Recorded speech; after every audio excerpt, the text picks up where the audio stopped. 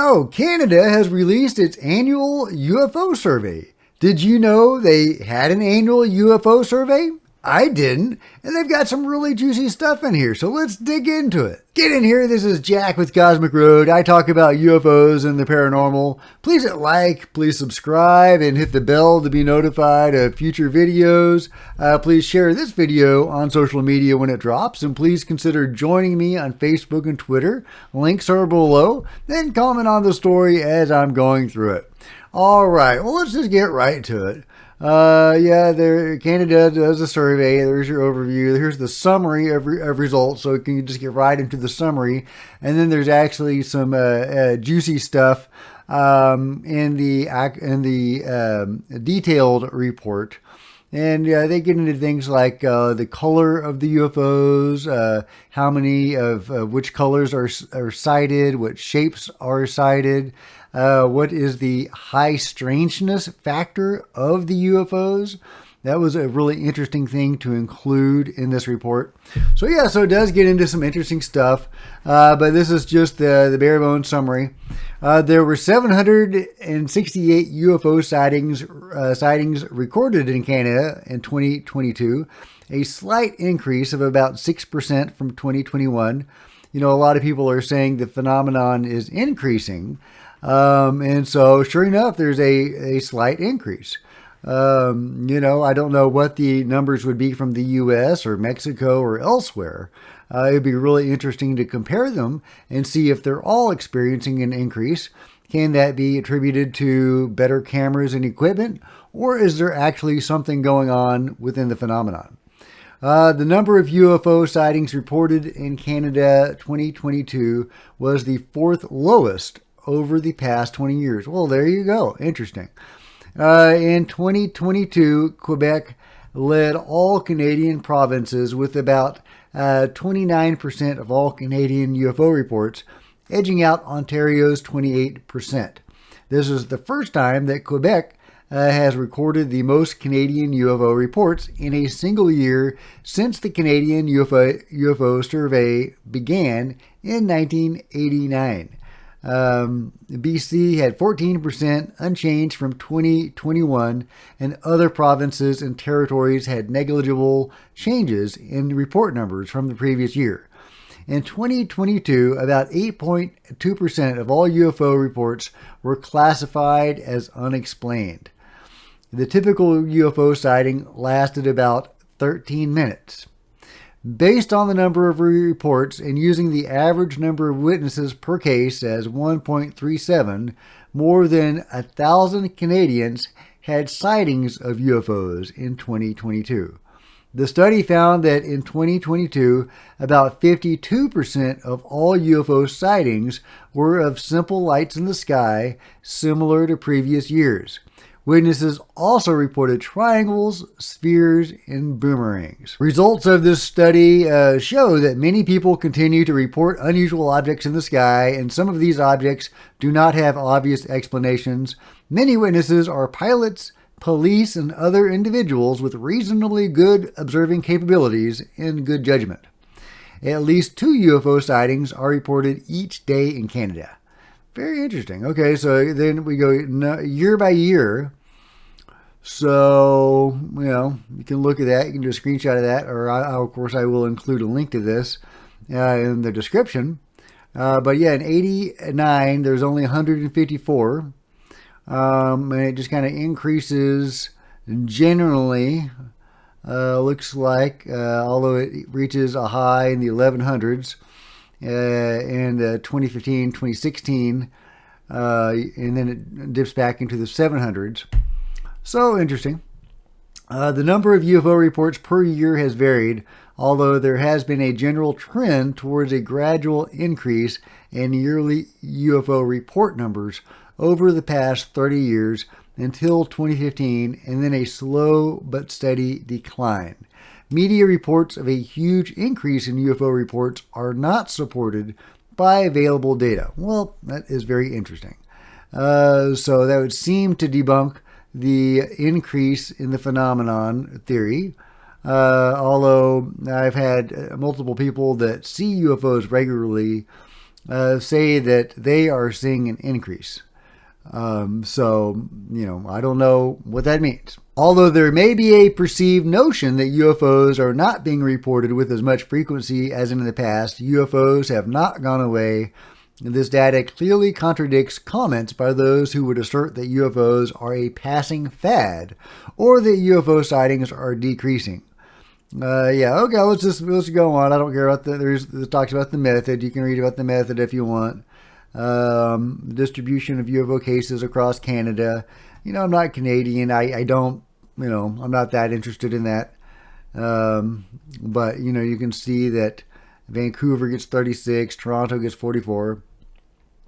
Breakdown of cases by month. Well, that's kind of interesting. August and September, well, those are the warmest months when more people are outside. So that's really not a surprise. I don't think that's necessarily indicative of any patterns in the phenomenon itself. UFO report types. An analysis by report type shows a similar breakdown to that found in previous years. The percentage of cases of a particular type remains roughly constant from year to year with some variations. Most cases were nocturnal lights and nocturnal disks, which comprise 65% of cases. Less than 4% of all reported UFO cases were close encounters. Interesting. Emphasizing the reality that very few UFO cases involve anything other than distant objects seen in the sky. This is an important statistic because the current popular interest in abductions and sensational UFO encounters, such as direct contact with aliens, is based not on the vast majority of UFO cases, but on a tiny fraction of cases which fall into the category of close encounters. Speculation on what aliens may or may not be doing in our airspace seems almost completely unconnected to the question of what are actually being reported as UFOs. Here I just have to say, we don't really know the numbers. People have their minds wiped in most close encounters. So, at least if we're talking about abductions. So we don't know those numbers. We only know, on the extremely rare cases when somebody actually remembers, the conscious contactees like Dolly, that Preston Dennett has written about and done a lot of interviews with. But people like her are very rare. Most people have their memories wiped. And, it's only when they observe some sign that something has been going on, usually repeatedly, scoop marks out of their, arms or legs or wherever, missing time, what have you. Some of those, probably a small percentage, get hypnotically regressed to recover those memories. So we really have no clue how many people are being abducted. The only clue we have is the Roper poll conducted by Bud Hopkins and David Jacobs in the 90s, which indicated 2% of the world populace is being abducted by aliens. David Jacob has since said they had to fudge those numbers downward so as not to alarm people. They just randomly jettisoned most of the responses, or like over half of the responses, and the real number was closer to 5%. That is, 5% of people throughout the world are being abducted by the beings, or are contactees of the beings, according to that Roper poll. And that's really the best information we have on that I'm aware of. If you know of something else that hasn't come to my attention, please let me know in the comments below. Other report types, the category of PH indicates the sightings was entirely photographic without any actual object seen visually. Yeah, that is interesting how they show up in pictures, but not with the naked eye. In 2022, there were about 11% of these cases recorded, double the amount in 2021. Many reports listed as NL or ND or DD may also have associated photos or videos, so this should not be considered conclusive. Talking about the types of reports that are done. Okay, this is the hourly distribution. Yeah, okay, I think we've already talked about, well, no, we talked about the month, but the actual hour is when you would think it would be. Between 9 and 11 p.m., when the skies are dark and before people go to bed and after they've had their dinner and they have time to look at the sky. They're out in the backyard having a beer or whatever. Again, I don't think that really tells you anything about the phenomenon. It just tells you when people are looking at the sky and when it's dark enough for these bright lights to be seen, because that seems to be how they prefer to be observed. Obviously, they can make daytime sightings, and they do all the time, but they do tend to like the night. Duration, the category of duration is interesting in that it represents the subjective length of time. I think we've already gone through that. It's average is 13 minutes that these objects are being seen, although sometimes they can go for over an hour. Color. This was interesting. Most of them are white, which I guess really shouldn't be a surprise. The one that I saw was white. It was a white luminous object. Or objects. I still don't know if it was one or multiple. So I guess that's not a surprise. Multicolored is number 2, but that's number 2, 10%. So you go from 56% of these objects are white to 10% are multicolored. And then you have orange is 8%. Witnesses, the average number of witnesses per case was 1.37, up slightly from 2021. Okay, I'm going to move on. The shapes, okay. That might be interesting. The witnesses' descriptions of the shapes of UFOs vary greatly. In 2022, like other years, most reported UFOs were simply point sources, that is, star-like objects or distant lights. There were 268 reports of a UFO that was only a light in 2022. The classic flying saucer or disc-shaped object was reported in 28 cases, down from 36 cases. And triangles were reported in 23 cases in 2022, slightly more than the 17 cases in 2021. One recurring problem is the description by a witness of a distant light as an orb, implying a spherical shape. The term orb has also been adopted by many in ufology who infer that an orb is something mysterious and distinct from a simple light. Upon interviewing witnesses who describe orbs, however, it is clear they only observed a distant light, and their personal belief in alien visitation drove them to label it as something unexplainable. Well, the one I saw was unexplainable, and it was a light. So those two aren't mutually exclusive. I don't know quite what their point is, except they're just trying to be extremely conservative. But yeah, I mean, a light doing anomalous things is still a anomaly. So yeah, still, I think they're just trying to downplay it, as they typically do. But at least they are putting together this report. So I thought this was really interesting. Strangeness.